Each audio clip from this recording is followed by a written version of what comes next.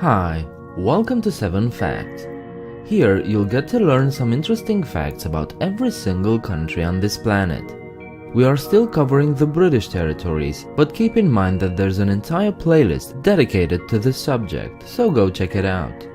In today's episode we'll talk about Gibraltar, another British overseas territory. Before we get into it, I'd like to ask you to subscribe to my channel. In return, you'll get to explore the hundreds of videos that are already up, plus 2 brand new videos every Wednesday and Saturday. Gibraltar is one of those places everybody has heard of, but nobody really knows what it's about. So let's change that today. Gibraltar is at the southern tip of the Iberian Peninsula, but it's not a Spanish region. It belongs to Britain as an overseas territory.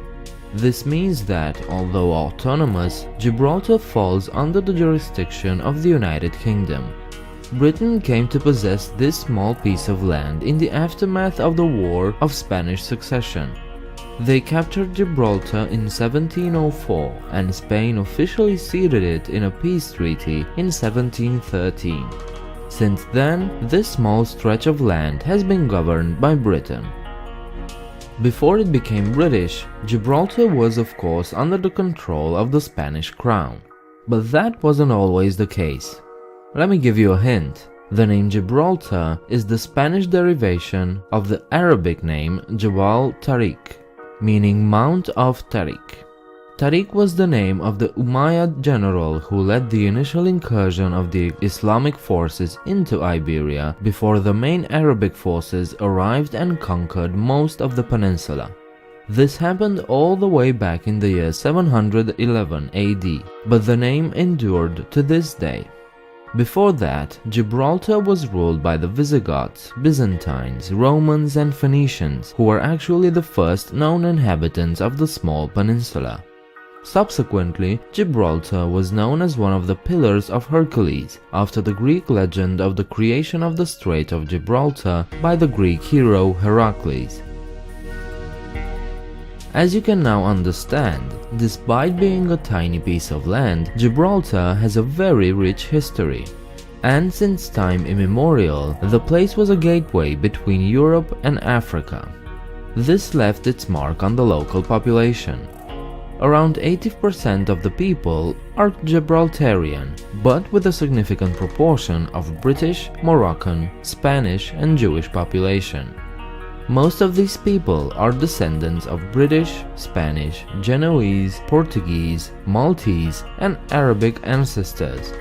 Most people identify themselves as Christians, but there's also a large minority of Muslims.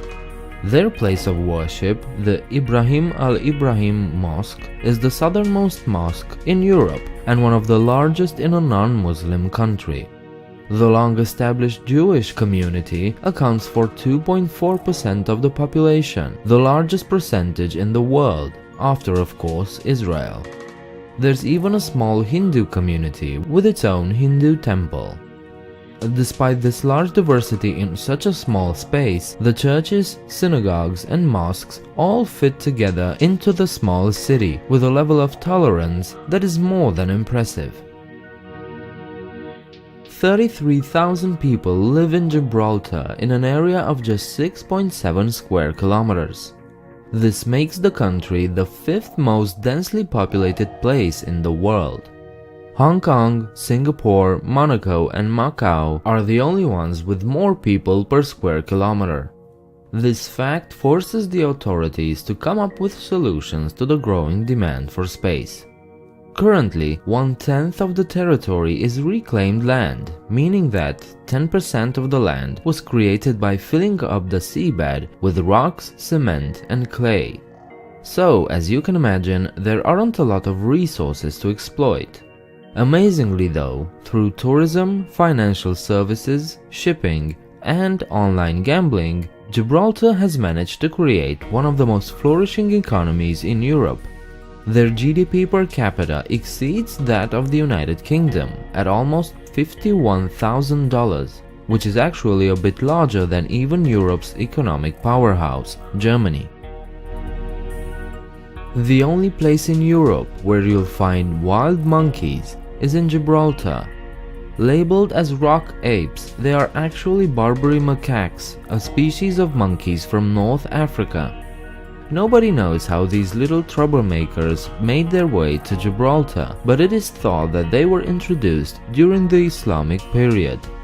At one point during World War II, these monkeys were on the verge of extinction in Gibraltar, after the population dwindled to just 7 individuals. Winston Churchill himself ordered their numbers be replenished from Morocco and Algeria, their natural habitat, due to a popular legend that states that as long as Gibraltar Barbary macaques exist in Gibraltar, the territory will remain under British rule. Regardless whether that's true or not, they were saved and are today a delight for tourists, although they do occasionally pinch food from their rucksacks. One of the world's weirdest airports is in Gibraltar. Actually, it's the runway that's weird. The lack of space means Gibraltar Airport's only runway is bisected by its busiest road, the Winston Churchill Avenue. The street closes whenever a plane lands or departs, with a pair of flimsy-looking barriers and a streetlight being the only things preventing a nasty collision between an airplane and a sedan. The airport isn't exactly low profile either. There's an average of over 11 flights per day. The runway also extends out to sea, so this place is definitely not for nervous flyers. The official language in Gibraltar is English, but many people also speak Spanish. And there's also the local language, called Llanito. Spoken only in Gibraltar, Llanito is a bizarre mix of Andalusian Spanish and English.